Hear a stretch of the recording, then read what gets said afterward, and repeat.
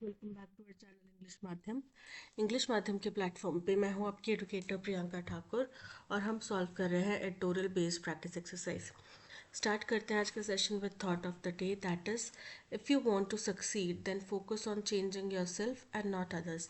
अगर सफल होना है तो दूसरा क्या कर रहा है इस चीज़ के ऊपर फोकस करने के बजाय मैं क्या कर रहा हूँ, मुझे क्या करना चाहिए और मैं क्या कर सकता हूँ, इस चीज़ के ऊपर फोकस करो। ठीक है, चलिए स्टार्ट करते हैं। Reading comprehension and practice exercise for SSCGL 2025। The preliminary मतलब शुरुआती report flowing from the investigation into the crash of an Air India Boeing 787-8 at Ahmedabad. आपको पता है कुछ दिन पहले अहमदाबाद में एक विमान हादसा हुआ था जिसमें 200 समथिंग यात्रियों की जान गई थी और सिर्फ एक सर्वाइवर था। ठीक है, तो वो हादसे की जो जांच हो रही है उसकी जो शुरुआती रिपोर्ट आई है उसमें ऑन जून 12 2025, कब हुआ था हादसा? 12 जून 2025 को। Has a focal point now, अब इनके पास में एक केंद्र बिंदु, एक फोकल पॉइंट मतलब कि एक ऐसा मुख्य बिंदु मिल चुका है इनको। ठीक है, released in the early hours of July 12 2025, a month after the accident. बोल रहे हैं 12 जुलाई 2025 के शुरुआती अर्ली आवर्स मतलब मॉर्निंग के टाइम पे ये रिपोर्ट आई होगी, रिलीज की गई होगी, जो कि लगभग एक महीना है एक्सीडेंट के बाद का। The aircraft accident investigation bureau 15 page document, aircraft accident investigation bureau संस्था है, उसका 15 पेज का जो डॉक्यूमेंट है हैज़ हाईलाइटेड, उसमें हाईलाइट किया गया है the fuel control switches of engine 1 and engine 2 having transition from the run to the cut off position. उसमें हाईलाइट किया गया है कि जो फ्यूल का, इंजन को फ्यूल सप्लाई जो होती है उसका जो स्विच थे, दोनों ही इंजन 1 और इंजन 2 के लिए, वो दोनों ही रन स्थिति से कट ऑफ पॉइंट पे पुश कर दिए गए थे। जैसे कि नॉब होता है, आपने एयरक्राफ्ट्स का में ऐसे देखा भी होगा, इस तरीके का नॉब होता है, इस ये अप या डाउन मोशन में ट्रॉडल करता है। ठीक है, तो मान लो कि रन स्टेट होगी, अप साइड पे रन होगी, तो नीचे वो डाउन साइड पे कट ऑफ पोजीशन में थे, यानी कि फ्यूल नहीं सप्लाई हो रहा था दोनों ही इंजन को। वन आफ्टर अनदर, एक के बाद एक, with a time gap of 1 second, 1 second के अंदर ही ये किया गया। That this happened just after the flight AI-171 had begun to lift off from the 3,505 meter long runway। बोल रहे हैं और ये घटना कब हुई, जो ये बंद हुए स्विचेस, ये हुए भी तब जब AI-171 फ्लाइट जो है वो 3,505 मीटर लंबे रनवे से लिफ्ट ऑफ यानी कि ऊपर उड़ना शुरू हुई थी। Leading to the engine beginning to decrease, तो अब दोनों ही इंजन बंद हो गए, तो जो उड़ान देगा चीज़ वो बंद हो गई। आपकी गाड़ी जिस चीज़ से चल रही है, जो इंजन चल रहा है वो बंद हो गया, तो फिर क्या होगा, गाड़ी रुक जाएगी। तो वैसे ही जिस वजह से इनको फ्लाइट मिल रही थी, उड़ान मिल रही थी, वो डिक्रीज होने लग गया from their take off values as fuel starvation hit, क्योंकि फ्यूल में कमी आने लगी। हैज़ एक्सेंचुएटेड अनदर डिटेल, तो इसने एक और डिटेल को हाईलाइट कर दिया, एक्सेंचुएट कर दिया। How did two separate switches that are guarded by brackets, बोल रहे हैं कैसे दो अलग अलग स्विचेस जिनको कि ब्रैकेट्स द्वारा गार्ड किया जाता है, ब्रैकेट्स यानी कि उनके ऊपर एक तरीके का कवर होगा।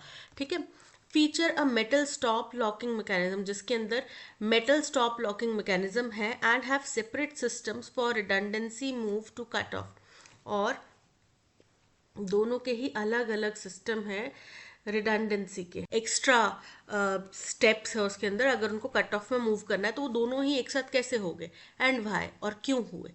The element of bafflement by one crew member and denial by other pilot, और ये जो सवाल था यही मूल एक एलिमेंट था, मूल एक पहलू था जिसने बैफलमेंट, एक क्रू मेंबर को बैफलमेंट, बैफलमेंट मतलब कंफ्यूज्ड, और वो समझ नहीं पा रहे थे कि ये क्या हुआ, उस स्थिति में ला दिया, और दूसरा जो पायलट था वो इस चीज़ को डिनाई कर रहा था। ठीक है, ओवर द कट ऑफ, किस चीज़ के बारे में, कट ऑफ के बारे में।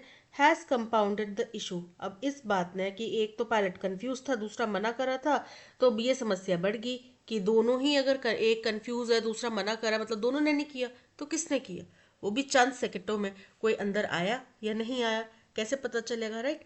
कॉकपिट के अंदर क्या हुआ, या क्या वो स्विचेस अपने आप ही ऐसे हो गए, कोई टेक्निकल यहाँ पे फॉल्ट था, more so in the absence of the fuel. और भी बात यह है कि जब फ्यूल नहीं था, and raw transcript of the cockpit voice recording, और जो हमें वॉइस रिकॉर्डिंग मिली है कॉकपिट से, उससे ये समझ में आया कि समस्या गंभीर कैसे हो गई कि दोनों ही स्विचेस ऑफ हो गए, एक पायलट को पता ही नहीं है और दूसरे पायलट बोल रहा है कि मैंने ये नहीं किया।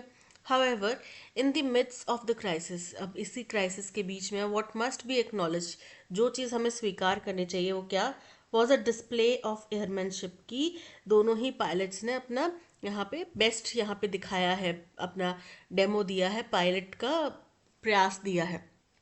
With a partially successful relighting of the Gen X 1B7075P2 engines, which ended with the call of Mayday। दो तो उनने वापस स्विच ऑन तो कर दिए, ठीक है, इंजन चालू हो गए, लेकिन उनको लिफ्ट नहीं मिला। फिर भी क्या हुआ, दोनों पायलट्स ने समझदारी दिखाते हुए ऑन तो कर दिए स्विचेस, ठीक है, लेकिन फिर भी अंत कैसे हुआ, मेडे से। मेडे का कॉल होता है मतलब कि जहाज गिरने वाला है, क्रैश होने वाला है, ये कॉल के साथ में इसका एंड हुआ। While the key details in the report have evoked appeals by a pilot body for a revamped probe, बोल रहे हैं जहां जो इसमें मुख्य डिटेल सामने आई हैं इस रिपोर्ट में, उसने इवोक किया है अपील्स। किस चीज़ को, किस चीज़ की अपील्स, अपील्स मतलब गुहार। जो पायलट बॉडी है उनसे उन्होंने गुहार लगाई है कि इस जांच को रीवैम्प किया जाए, दोबारा से इसमें पहलुओं को एक्सेस किया जाए या जांचा जाए, specially to stop the bias towards pilot error. खास तौर पे जो जांच एजेंसी है उसका जो बायस है कि भाई इसमें तो पायलट्स की ही गलती है कुछ ना कुछ, इस चीज़ को हटा के दोबारा से अच्छे सिरे से जांच की जाए। The investigation team must now stay the course to ensure that there is a sound, comprehensive and transparent investigation। बोल रहे हैं वो तो डिमांड कर रहे हैं, लेकिन जो इन्वेस्टिगेशन टीम है उसको बिल्कुल सही दिशा में जाना चाहिए और उनको ऐसे इन्वेस्टिगेशन करनी चाहिए जिसमें कि साउंड यानी कि अच्छी, कॉम्प्रिहेंसिव यानी कि सारी चीज़ों को दिमाग में रख के सारी पहलुओं को इन्वेस्टिगेट करके, और ट्रांसपेरेंट यानी कि पारदर्शी इन्वेस्टिगेशन हो। There has also been focus on an FAA special airworthiness information bulletin of 2018।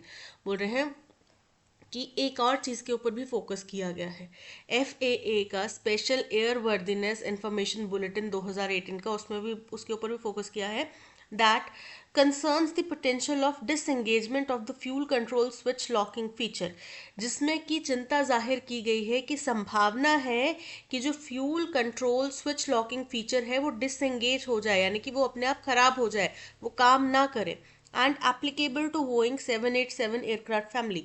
और ये 787 एयरक्राफ्ट जो हैं बोइंग के, उसी के ऊपर, उसी की जो कैटेगरीज, सब कैटेगरीज है, उन्हीं के ऊपर एप्लीकेबल होता है। यानी कि यहाँ पे संभावना इस चीज़ की भी है कि वो फ्यूल स्विचेस अपने आप ऑफ हो गए होंगे। In a reaction to the preliminary report, अब जो शुरुआती रिपोर्ट आई है उसके उसके ऊपर दिए गए रिएक्शन के तौर पे एंड इट्स फाइंडिंग, और जो भी उसमें पाया गया है उसके अनुसार, there has been some expert commentary on the topic of crew wellbeing. कुछ एक्सपर्ट्स ने जो क्रू था, पायलट्स थे, उनकी सेहत के ऊपर भी कमेंट किया है, सवाल उठाए हैं। But in a counter to this, लेकिन इसके विरोध में, इसके विपरीत, the Indian commercial pilots association has said the pilots undergo extensive psychological and professional screening. इसके जवाब में जो इंडियन कमर्शियल पायलट्स एसोसिएशन है उसने कहा है कि जो भी पायलट जाते हैं किसी भी प्लेन के ऊपर, उनके बहुत ही एक्सटेंसिव, बहुत ही व्यापक, बहुत ही हार्ड साइकोलॉजिकल और प्रोफेशनल जांच के माध्यम से गुजरना पड़ता है, and operate under the highest standards of safety, और वो सबसे हाईएस्ट स्टैंडर्ड सेफ्टी के फॉलो करते हैं, उसी के अंतर्गत कार्य करते हैं। However, the subject of crew resource management and line oriented flight training may need to be revamped। लेकिन जो सवाल क्रू रिसोर्स मैनेजमेंट से रिलेटेड और लाइन ओरिएंटेड फ्लाइट ट्रेनिंग से रिलेटेड है, उसके ऊपर ज़रूर दोबारा विचार करना चाहिए। More so with this being an unusual incident of dual engine failure, वो भी तब जब ये बहुत ही एक असामान्य घटना है जहाँ पे दोनों के दोनों इंजन फेल हुए हैं। Finally, अंततः, despite the preliminary reports pitched of there not being recommended actions that concern the aircraft type and the engine manufacturer, बोल रहे हैं कि जो शुरुआती रिपोर्ट्स है उसमें ये ज़रूर बोल दिया गया है, पिच कर रहा है, इस दिशा में जा रहा है कि कोई भी कार्रवाई को करने की उस एयरक्राफ्ट, जिस एयरक्राफ्ट टाइप है उसके रिलेटेड कोई कार्रवाई करने की ज़रूरत नहीं है, या फिर इंजन मैन्युफैक्चरर के अगेंस्ट में कोई कार्रवाई करने की ज़रूरत नहीं है, इस दिशा में बढ़ता हुआ दिख रहा है। India's expanding civil aircraft fleet requires greater vigilance in terms of maintenance and operation. फिर भी हिंदुस्तान का जो बढ़ता हुआ सिविल एयरक्राफ्ट का जो जत्था है, यानी कि हिंदुस्तान में कमर्शियल एयरक्राफ्ट जो हैं उनकी लाइनअप, उनका जो फ्लीट है वो बढ़ रहा है, तो उसके लिए हमें ग्रेटर विजिलेंस, विजिलेंस मतलब निगरानी, जांच पड़ताल, सुरक्षा, ये रखनी पड़ेगी। इन टर्म्स ऑफ किस दिशा में, चाहे बात हम मेंटेनेंस की करें या फिर ऑपरेशन की करें। Airports funnel zones and obstacles limitations must be reviewed too. तो एयरपोर्ट के जो फनल जोन्स होते हैं या फिर जो बाधाएं सीमित करती हैं, इनको भी रिव्यू करना चाहिए, as it is a given that air crew and passengers have safer flights. क्योंकि ये माना जाता है कि एयर क्रू और पैसेंजर्स को, अगर हम ये चाहते हैं कि एयर क्रू और पैसेंजर्स की अच्छी सुरक्षित फ्लाइट हो, तो ठीक है, हमें इस दिशा में भी कार्य करना चाहिए। तो ये था पैसेज, आई होप आपको समझ में आया होगा। बहुत दुखद हादसा हिंदुस्तान ने झेला था, देखा था इस साल का। ऐसा नहीं कंपेयर कर सकते कि अब तक का सबसे खराब हादसा था, लेकिन एक ऐसा हादसा जिसमें सिर्फ एक सर्वाइवर, वो भी बाय गॉड्स ग्रेस, उनकी किस्मत अच्छी थी, डेस्टिनी थी, क्या था पता नहीं, लेकिन वो बच गए। बट कितने लोग, एक भी जीवित नहीं, कई कई फैमिलीज पूरी की पूरी खत्म, कई अपने सपनों की दिशा में जा रहे थे, बढ़ रहे थे, वो लोग मारे गए। तो ये हादसा बहुत ही दुखद था, और उसकी जांच रिपोर्ट आई है जिसमें कि फ्यूल इंजन जो है, वो इंजन को जो फ्यूल सप्लाई होता है वो कट ऑफ हो गया था। वो कैसे हुआ? बिकॉज दोनों ही पायलट्स के जो रिएक्शन है उससे समझ में आ रहा है कि उन दोनों को नहीं पता कि ये कैसे हुआ।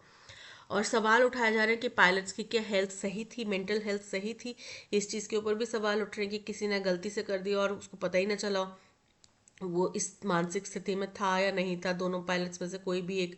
ठीक है, तो इसके ऊपर अच्छे से जांच होने की बात की जा रही है, और वहीं बात की जा रही है कि जो मेंटेनेंस वगैरह होता है उसके ऊपर भी हमें कुछ पॉलिसीज़ को रिवैम्प करने की ज़रूरत है, कुछ चीज़ों को रिवैम्प करने की ज़रूरत है। What is the tone of the passage? Passage की टोन कैसी है? अलार्मिस्ट, चिंताजनक है। तो देखो, ये हिंदुस्तान में एयर स्पेस जो है उसमें ये बहुत बड़ा और बहुत खतरनाक हादसा हुआ था, लेकिन यहाँ पे कोई ऐसा नहीं है कि हाँ इसके बाद लोग यात्रा करना बंद कर देंगे, ऐसा कुछ चिंताजनक बहुत ज़्यादा बात नहीं है। हाँ, ये जो हादसा हुआ वो दुखद था। एनालिटिकल है, बिल्कुल करेक्ट है, यहाँ पे एनालाइज किया गया है उस रिपोर्ट को, उस हादसे को, और जो रिपोर्ट्स की फाइंडिंग्स हैं उनको। कैजुअल है तो कैजुअल नहीं है, क्योंकि यहाँ पे थोड़ी सी टेक्निकल भाषा, एक्सीडेंट रिलेटेड, और क्या चीज़ों को हम यहाँ पे बाईपास कर रहे हैं या कोशिश कर रहे हैं या फिर जाने अनजाने हमसे हो रही, उन चीज़ों को देखा गया, तो कैजुअल नहीं है। ऑप्टिमिस्टिक, पॉजिटिव भी नहीं है। What is the main theme of the passage? Passage की मेन थीम क्या है? The bravery of pilots during in flight emergencies. Incorrect है, क्योंकि हमें नहीं पता कि वो दोनों पायलट्स बहादुर थे या नहीं थे। हमें जो समझ में आया है उससे ये कि उनने क्विक थिंकिंग का इस्तेमाल करते हुए इंजन दोनों ऑन कर दिए। जैसे ही उन्होंने देखा कि इंजन बंद हो गए हैं दोनों, वैसे ही उन्होंने दोनों इंजन ऑन कर दिए। बट उनकी शायद बदकिस्मती थी, उनकी डेस्टिनी में ये चीज़ लिखी थी उन सभी पैसेंजर्स की, कि वो इंजन को फ्लाइट नहीं दे पाया। एकदम से ऑन करने के बाद भी वो इंजन को फ्लाइट नहीं दे पाया, प्लेन को फ्लाइट नहीं दे पाया। ठीक है, तो यहाँ पे उनकी ब्रेवरी कहीं भी साबित नहीं होती। The urgent need for psychological screening of pilots. Incorrect है, क्योंकि सारा का सारा आरोप, बिकॉज दोनों पायलट्स के जो रिस्पॉन्सेज थे, जो अभी तक के रिपोर्ट में हमें समझ में आया है कि ब्लैक बॉक्स से ये रिस्पॉन्स सामने आया है रिकॉर्डिंग में से, तो हमें ये समझ में आ रहा है कि वो दोनों पायलट्स अनअवेयर थे इस बात के कि ये इंजन ऑफ हो गया और कैसे हुआ। और एक इंजन नहीं, दोनों के दोनों इंजन ऑफ हो गए। तो वो दोनों ही पायलट्स ये चीज़ नहीं समझ पाए कि ये जो है कट ऑफ कैसे हुआ, जबकि क्लियर कट एक पहले की रिपोर्ट में इंडिकेशन है कि बोइंग 787 के जो फ्लीट है, जो इस कैटेगरी के जो विमान है, उसके अंदर ये जो है इंजन स्विच फेलियर वाला समस्या आ रही है। तो हम सीधे तौर पे पायलट्स की साइकोलॉजिकल हेल्थ के ऊपर आरोप नहीं लगा सकते कि भाई किसी पायलट ने कर दिया होगा अनअवेयर होके, वो किसी साइकोलॉजिकल हेल्थ से गुजर रहा होगा, कुछ इशू से गुजर रहा होगा और उसने कर दिया और उसको पता भी नहीं चला। हम ये नहीं कह सकते, क्योंकि अगर एक हमारे पास पहले रिपोर्ट है जिसमें पता चल रहा है कि ये स्विचेस खराब हो सकते हैं, that means there is a possibility of technical failure. The importance of a thorough and unbiased aircraft investigation, बिल्कुल करेक्ट है। यही इस वक्त की महत्वपूर्ण और यही इस वक्त का दायित्व बनता है सभी इन्वेस्टिगेटर्स का, नेताओं का, मिनिस्टर्स का, हर किसी का, कि इसमें अनबायस्ड, एकदम पारदर्शी, ट्रांसपेरेंट इन्वेस्टिगेशन हो, ताकि इतनी बड़ी कंपनी को अगर इसमें कोई टेक्निकल फेलियर आ रहा है तो वो सिर्फ पायलट्स को बलि का बकरा, एक स्केप गोट बना के बच के निकलना चाहे। Why has the Indian Commercial Pilots Association defended pilots following the preliminary reports on the Ahmedabad crash? क्यों उन्होंने डिफेंड करा है? क्योंकि यहाँ पे सवाल उठाए गए हैं कि क्या वो दोनों पायलट्स मानसिक रूप से सही थे, ठीक थे, मानसिक रूप से वो केपेबल थे उस टाइम पे फ्लाइट को चलाने के लिए। जबकि अगर हम उनका रिकॉर्ड देखें तो दोनों ही पायलट्स को बहुत ज़्यादा एक्सपीरियंस था फ्लाइट्स का। आई थिंक 3000 और 5000 कुछ आवर्स का उनका एक्सपीरियंस था। तो ये काफ़ी अच्छा एक्सपीरियंस माना जाता है, काफ़ी एक्सपीरियंस पायलट्स थे। और जो हमने ब्लैक बॉक्स की अंतिम रिकॉर्डिंग सुनी है उससे ये भी लगा है कि उन्होंने एकदम तुरंत प्रभाव से अपनी सूझबूझ से दोनों इंजन ऑन भी कर दिए थे, बट वो फ्लाइट नहीं दे पाए उस प्लेन को। दोनों इंजन एकदम से स्टार्ट होने के बाद उतनी गति, उतना हाइट नहीं दे पाए, जिसकी वजह से प्लेन क्रैश हो गया। To counter speculation around pilot wellbeing and error, बिल्कुल करेक्ट है, क्योंकि आरोप सीधे सीधे पायलट्स की मानसिकता के ऊपर लगाया जा रहा है, मानसिक सेहत के ऊपर लगाया जा रहा है, जो कि बहुत हद तक सही नहीं है। अगर उनकी मानसिक स्थिति खराब होती तो उनमें इतनी सूझबूझ नहीं होती कि वो एकदम से इंजन्स को ऑन कर दे, right? So option A is correct. What has prompted calls for a revamp of the investigation into the Ahmedabad air crash? बोल रहे किस वजह से इस बात का आह्वान किया गया है कि इस इन्वेस्टिगेशन को रिवैम्प किया जाए? क्योंकि यहाँ पे कुछ हमें फॉल्ट्स दिखाई दे रहे हैं, कुछ कमियां दिखाई दे रही हैं, ट्रांसपेरेंसी की कमी है और पायलट्स के ऊपर ब्लेम डालने की कोशिश की जा रही है, उनको स्केप गोट बनाने की कोशिश की जा रही है। और इस रिपोर्ट को भी नज़रअंदाज किया जा रहा है कि एक ऐसी ही सिमिलर रिपोर्ट 2018 में आई थी, जिसमें कहा गया था कि बोइंग 787 मॉडल्स जो हैं उनमें टेक्निकल फेलियर इस तरीके का हो रहा है, और वो भी खास तौर पे इंजन स्विचेस को लेके। तो इस चीज़ को नज़रअंदाज आप किसी भी कीमत पे नहीं कर सकते, right? Confirmation of pilot error from cockpit voice recording, incorrect है। पायलट एरर नहीं कंफर्म हुआ है। ऐसा लग रहा है कि दोनों पायलट्स अनअवेयर थे कि इस चीज ये कैसे हो गया। Repeated mechanical failures and similar Boeing 787, ये भी हमें नहीं पता कि बार बार ऐसी घटनाएं हुई हैं, बार बार मैकेनिकल फेलियर हुआ है, लेकिन एक रिपोर्ट है जो ये कहती है कि यहाँ पे बोइंग 787 में जो स्विचेस, इंजन स्विचेस के फ्यूल सप्लाई का जो इंजन स्विचेस का कनेक्शन है वो कट ऑफ हो सकता है, उसकी संभावना है, पॉसिबिलिटी है। Lack of transparency and a focus on blaming pilots, बिल्कुल करेक्ट है। इसी वजह से इस इन्वेस्टिगेशन को रिवैम्प करने की मांग उठाई जा रही है। What can be reasonably inferred about the investigation process and its implications for aviation safety in India? बोल रहे हैं क्या कारण है कि जो इन्वेस्टिगेशन प्रोसेस है और उसके जो प्रभाव है एविएशन सेफ्टी इंडिया में, उसके बारे में क्या रीजनेबल बात यहाँ पे कही जा सकती है। India's aviation safety depends solely on pilot training reforms, incorrect है। केवल पायलट ट्रेनिंग के ऊपर ही नहीं डाल सकते ना, उसमें देखो प्लेन है, पायलट उड़ा रहा है, लेकिन अगर कोई टेक्निकल फॉल्ट है तो उसमें वो क्या कर सकता है? अगर आपने मेंटेनेंस में कोई कमी रखी हुई है तो उसमें पायलट क्या करेगा बेचारा, राइट? उसका तो अपना अच्छा खासा उसने ट्रेनिंग ली है, उसके पास में एक्सपीरियंस है, वो अच्छे से चला रहा है, मानसिक रूप से भी फिट है, हेल्दी है, हर तरीके से परफेक्ट है, सही से चला रहा है। लेकिन अगर आपके मेंटेनेंस में कोई एरर है, टेक्निकल कोई एरर है, ठीक है, मॉडल में कोई खराबी है, तो उसमें वो बेचारा पायलट नहीं है कुछ कर सकता, क्योंकि उसका काम थोड़ी है प्लेन को मैन्युफैक्चर करके उसको रिपेयर करना, उसके लिए आपने अलग से स्टाफ हायर किया है, ठीक है। The incident highlights both technical and human factors needing review, बिल्कुल करेक्ट है। यहाँ पे दोनों ही पहलुओं को रिव्यू करने के लिए कहा गया है। Option B is correct. That's all. आज के सेशन में इतना ही। इसी तरीके का full 25 question practice exercise solve करने के लिए आप हमारा पेड कोर्स ले सकते हैं। पेड कोर्स आपको वेबसाइट और ऐप दोनों पे ही अवेलेबल रहेगा। कोर्स के अंदर RC, parajumble, cloze test, antonym synonym के क्वेश्चंस, एरर फाइंडिंग के क्वेश्चंस आपको मिलेंगे। तो अपने प्रैक्टिस को और इम्प्रूव करने के लिए, बेहतर करने के लिए आप कोर्स ले सकते हैं। कुछ स्टूडेंट एक ने कमेंट करा था कि आप 5 सिनोनिम एंटोनिम भी करवाओ पैसेज में से।